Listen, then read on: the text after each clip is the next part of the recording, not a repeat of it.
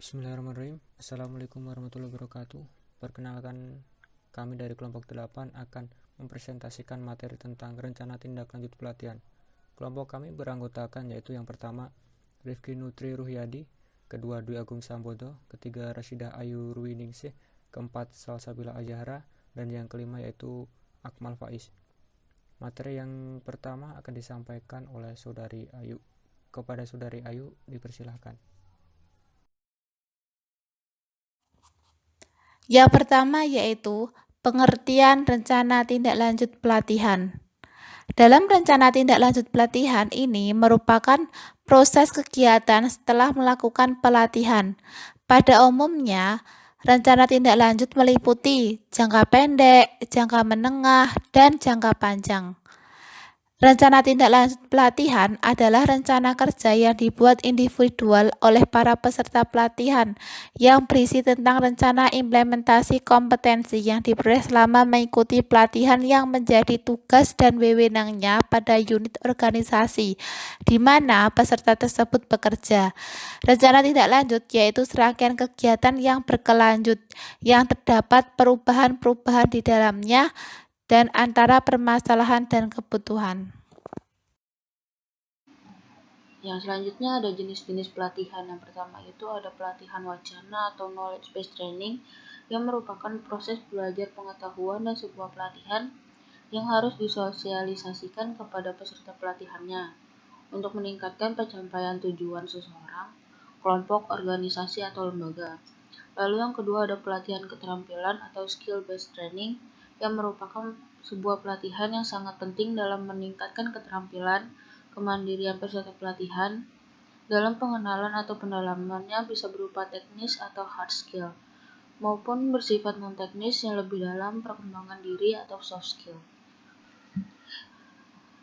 Nah, hard skill sendiri ini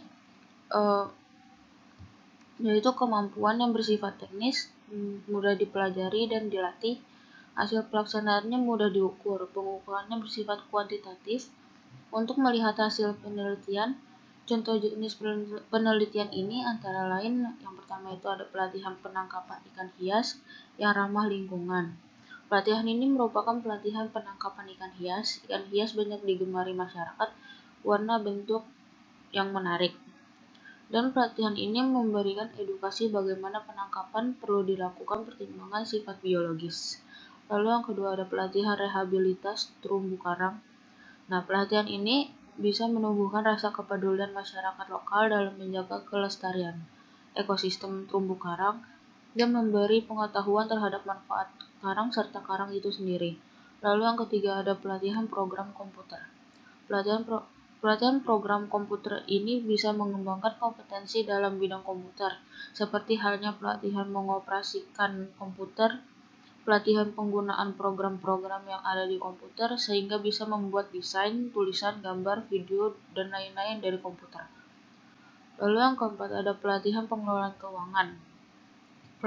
Pelatihan pengelolaan keuangan ini bisa diajarkan tentang manajemen keuangan, penyusunan laporan keuangan, pembukuan keuangan, dan lain-lain. Lalu selanjutnya ada soft skill. Soft skill yaitu kemampuan non-teknis yang harus dimiliki. Nah, pemberian pengetahuan sedikit untuk melihat pemahaman peserta pelatihan, pengukurannya bersifat kualitatif, dan pengukurannya tidak sebaku hard skill. Contoh jenis pelatihan antaranya yang pertama, pelatihan kepemimpinan. Pelatihan ini untuk meningkatkan dalam diri seseorang atau pemimpin agar dapat memberikan pengaruh pada orang yang di sampingnya sehingga dapat bekerja secara sinergis dan tujuan tercapai. Lalu yang kedua ada pelatihan komunikasi. Pelatihan komunikasi ini agar dapat melatih berkomunikasi dengan baik dan benar. Dengan bahasa yang baik bisa diajarkan teknis berkomunikasi dan macam-macam komunikasi serta dan yang lainnya. Lalu yang ketiga ada pelatihan motivasi. Pelatihan ini untuk membangkitkan semangat dalam bekerja, belajar, dan agar tidak dapat mudah berputus asa. Lalu yang keempat ada pelatihan fasilitator. Pelatihan ini merupakan pelatihan menjadikan fasilitator yang handal dalam lapangan. Fasilitator harus bisa mendorong masyarakat melakukan perubahan struktur sosial. Lalu yang kelima ada pelatihan pengembangan diri. Pelatihan yang meningkatkan pengembangan kualitas pada diri dan mental seseorang, sehingga akan sangat bermanfaat untuk memberikan peningkatan wawasan, sikap, dan kepribadian.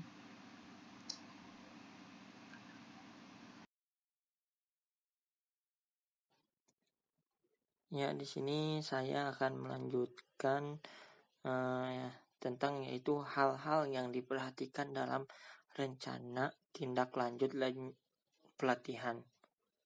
Nah, jadi di sini ada dua. Yang pertama yaitu rencana tindakan lanjutan disusun dengan keadaan nyata. Dan yang kedua yaitu rencana tindak lanjut penyusunannya sesuai dengan kaidah. Nah, saya di sini akan menjelaskan yang poin pertamanya, yaitu rencana tindak lanjut tersusun sesuai dengan keadaan nyata sebuah organisasi, yang artinya mengambil beberapa masalah yang sedang dialami, kemudian unit pelatihan yang menjadi fokus untuk membuat RTL, rencana tindak lanjut dari pelatihan tersebut. Nah, terus yang kedua yaitu rencana tindak lanjut penyusunannya sesuai dengan kaidah.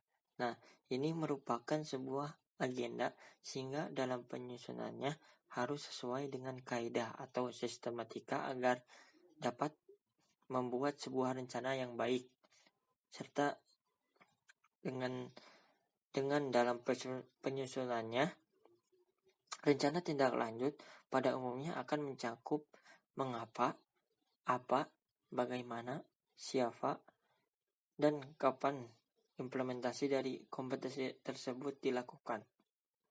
Nah, di sini adalah beberapa poin dari yang poin kedua itu. Yang pertama, mengapa. Nah, yaitu menyangkut alasan kenapa harus dilakukan interferensi dalam kegiatan tindak lanjut terhadap kegiatan yang sudah direncanakan. 2. Apa? Yaitu menggambarkan sebuah kegiatan yang dilakukan atau dikerjakan dalam lingkungan tersebut. 3. Bagaimana? Yaitu cara, pendekatan, metode, dan pola yang harus dilalui agar interferensi yang dimasukkan ke dalam kompetensi baru tersebut dapat terlaksana dan berkontribusi dengan baik dan benar. Nah, terus yang selanjutnya itu siapa. Mengarahkan atau menyebutkan kepada suatu pihak yang memiliki kepentingan siapa saja yang perlu dan harus untuk diikutsertakan dalam pelaksanaan kegiatan tindak lanjut agar dapat berjalan sesuai yang diharapkan. 5. Kapan? Yaitu menjelaskan batasan waktu yang dianggap tepat dalam mengimplementasikan tindak lanjut tersebut. Terakhir yaitu di mana, yaitu menunjukkan sebuah lokasi atau tempat untuk melaksanakan rencana tindak lanjut tersebut, misalnya level, tahapan, lokasi, dan tempat. Mungkin selanjutnya akan disampaikan oleh teman saya. Baik, bismillahirrahmanirrahim. Saya akan melanjutkan slide selanjutnya, di mana judulnya adalah proses pelaksanaan. Di antaranya ada poin-poin dalam proses pelaksanaan. Yang pertama, identifikasi dan analisis kebutuhan latihan. Dan yang kedua, merumuskan dan mengembangkan tujuan-tujuan latihan. Kemudian merancang kurikulum latihan. Dan memilih dan mengembangkan metode latihan. Kemudian menentukan pendekatan evaluasi latihan. Selanjutnya melaksanakan program latihan. Dan yang terakhir adalah melakukan pengukuran hasil latihan. Baik. Pertama itu analisis kebutuhan latihan. Sering digunakan oleh banyak orang dalam hal yang berbeda dari analisis yang paling sederhana pada pelatihan. Hal ini perlu melalui analisis yang luas dan kompleks dengan melihat peran kerja, tugas-tugas khusus, dan pemetaan ke profil kompetensi perusahaan, tempat kita di mana akan kita lakukan pelatihan tersebut. Selain itu, analisis kebutuhan latihan merupakan alat untuk memetakan pelatihan dan mengembangkan kebutuhan untuk menumbuhkan bakat di tingkat manapun dalam bisnis untuk memenuhi kebutuhan bisnis di tahun mendatang. Kemudian sebagaimana kita ketahui, makna dari pelaksanaan merupakan rangkaian proses kegiatan yang berawal dari kebijakan guna mencapai satu tujuan. Jadi di sini bisa kita petik jabaran dari poin-poin yang sudah saya sebutkan tadi. Penyelenggara pelatihan dalam pelaksanaannya ada yang perlu diperhatikan, yaitu berupa komunikasi, logistik, fasilitator, peserta, dan prasarana pendukung lainnya. Banyak pelatihan hanya menyelenggarakan saja tapi tidak ada kelanjutannya. Nah, untuk mengetahui kekurangan, kelemahan, dan kelebihan proses pelaksanaannya dalam pelatihan, maka perlu adanya evaluasi. Menurut Kamil Mustafa, dalam artikelnya tahun 2003, proses pelaksanaan dalam rencana tindak lanjut pelatihan merupakan bentuk implementasi guna melakukan pengukuran serta pengimplementasian hasil informasi yang telah dikumpulkan terhadap suatu objek. Objek ini dapat berupa kemampuan peserta didik, sikap, minat, serta motivasi. Respon peserta didik dalam pelatihan menjadi gambaran kemampuan peserta didik dalam bidang tertentu. Baik, kemudian dalam proses pelaksanaan, merumuskan dan mengembangkan tujuan-tujuan latihan. Dan di sini juga saya akan menjelaskan beberapa cara dalam menyusun tujuan pelatihan. Yang pertama adalah identifikasi sasaran pelatihan secara keseluruhan. Kemudian yang kedua, deskripsikan kinerja yang Anda harapkan. Kemudian poin yang terakhir, jelaskan kondisi yang memerlukan pelaksanaan tugas tersebut.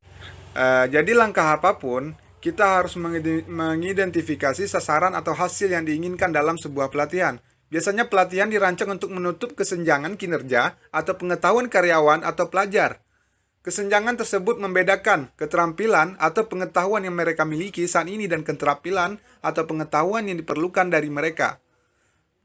Kemudian jangan lupa tentukan apa yang kita inginkan dari sebuah pelatihan tersebut. Dan tuliskan daftar tujuan dari pelatihan yang kita lakukan.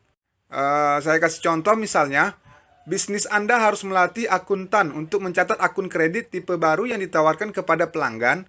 Tujuan pelatihan ini adalah melatih akuntan tersebut agar mampu mencatat entry baru dengan efisien dan akurat. Baiklah, mungkin hanya itu saja yang dapat saya sampaikan pada slide ini. Saya serahkan kepada teman yang akan menjelaskan di slide berikutnya.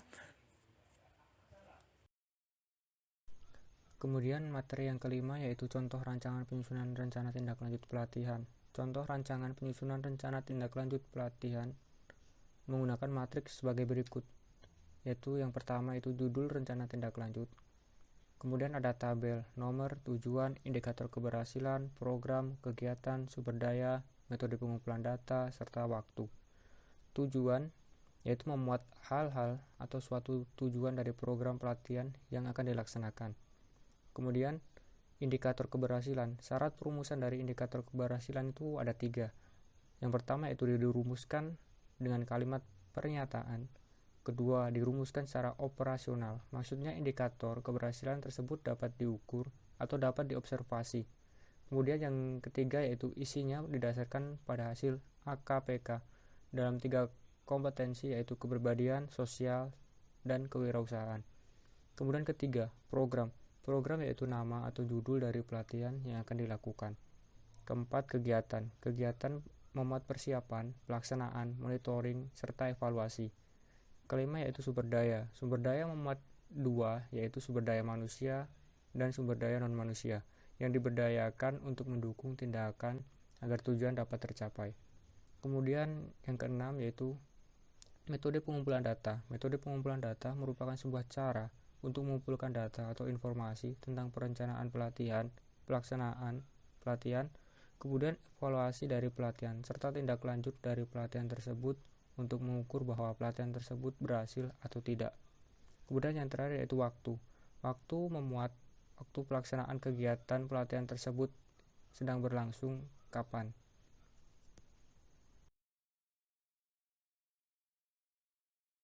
Selanjutnya yaitu pembahasan tentang rencana tindak lanjut.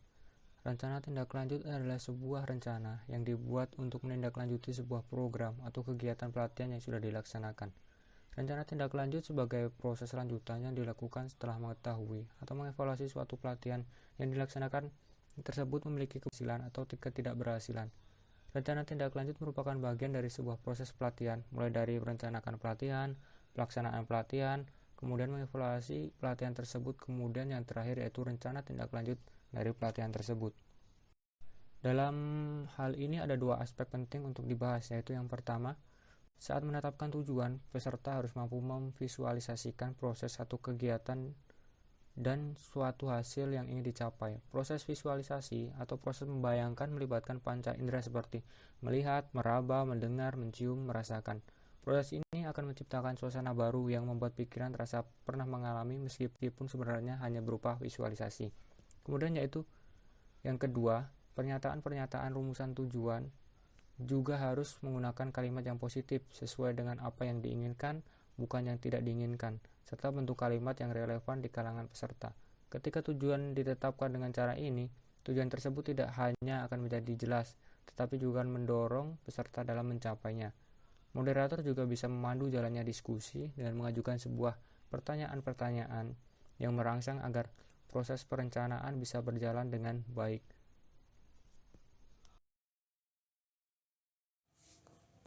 Selanjutnya yaitu kesimpulan. Dari materi tersebut dapat diambil kesimpulan bahwa rencana tindak lanjut pelatihan merupakan suatu kegiatan yang dilakukan setelah pelatihan. Sebuah rencana yang dilakukan untuk menindaklanjuti program latihan yang sudah dilaksanakan. Dan jangka tindak lanjut ini ada jangka pendek, menengah, dan panjang. Adapun terdapat jenis-jenis pelatihan berdasarkan materi, yaitu dibedakan menjadi dua, pelatihan wacana dan pelatihan keterampilan. Sedangkan komponen pelatihan terdiri dari tujuan, peserta pelatihan, narasumber, materi, dan metode. Dalam rencana tindak lanjut, ada yang perlu diperhatikan, yaitu tersusun berdasarkan kondisi nyata organisasi dan merupakan sebuah rencana. Maka dari itu, rencana tindak lanjut perlu dilakukan secara berterusan sebagai upaya terjadi perbaikan dukungan secara bertahap dan berkelanjut. Baik, kita sudah sampai di ujung dari presentasi kelompok 8. Sekian presentasi dari kelompok kami, semoga menambah ilmu dan wawasan kita tentang manajemen pelatihan. Kami meminta maaf yang sebesar-besarnya jika banyak kesalahan baik dalam menyampaikan materi atau dalam pembuatan makalah kami. Silahkan kepada teman-teman jika ada yang mau didiskusikan atau ada kritik serta saran untuk kelompok kami dipersilahkan. Mungkin itu saja yang bisa saya sampaikan selaku moderator. Semoga kalian sehat selalu. Assalamualaikum warahmatullahi wabarakatuh.